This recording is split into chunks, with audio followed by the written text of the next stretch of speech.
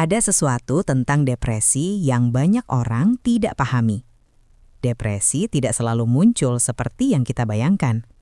Bukan hanya kesedihan yang mendalam, bukan hanya menangis sepanjang waktu, dan juga tidak selalu seseorang yang tidak bisa bangun dari tempat tidur. Faktanya, ada jutaan orang yang hidup dengan depresi selama bertahun-tahun dan bahkan tidak menyadarinya. Karena apa yang mereka rasakan terlihat normal, seperti kelelahan, kurang semangat, ketidakteraturan, atau hanya memang saya seperti ini. Psikologi menjelaskan bahwa ada jenis depresi yang lebih ringan, tetapi persisten, yang menyatu dengan rutinitas sehari-hari. Seseorang tetap berfungsi, bekerja, berbicara, dan memenuhi tanggung jawab. Tetapi di dalam dirinya ada kelelahan yang terus-menerus. Dan justru karena itulah hal ini sering tidak disadari. Tidak terlihat cukup serius untuk menarik perhatian, tetapi juga tidak pernah benar-benar hilang.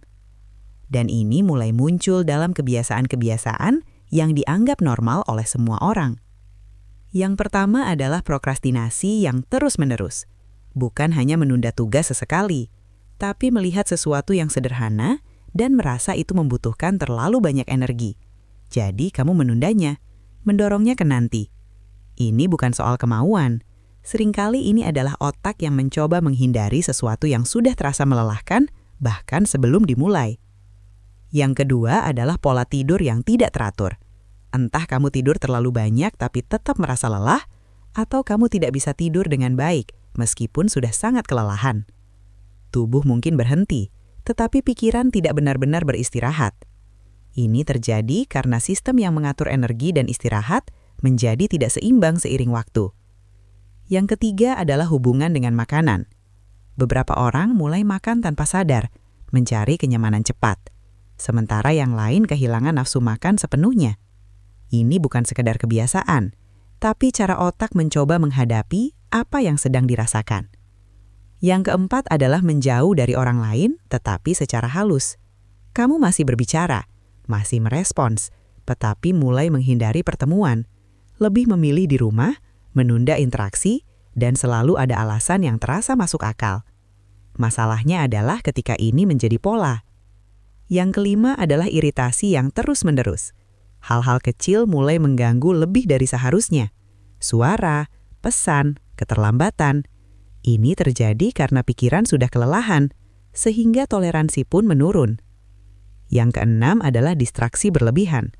Menghabiskan berjam-jam di ponsel, menonton video atau serial tanpa sadar waktu berlalu. Ini bukan hanya hiburan, seringkali ini adalah cara untuk menghindari sendirian dengan pikiran sendiri. Yang ketujuh adalah ketika hal-hal tidak lagi terasa menyenangkan. Apa yang dulu kamu sukai tidak lagi memberi semangat. Ini bukan sepenuhnya kesedihan, tetapi lebih seperti perasaan kosong. Kamu tetap melakukan sesuatu, tetapi hampir tidak merasakan apa-apa. Yang kedelapan adalah kritik diri yang terus-menerus. Pikiran negatif tentang diri sendiri mulai berulang. Saya tidak cukup baik. Saya selalu salah.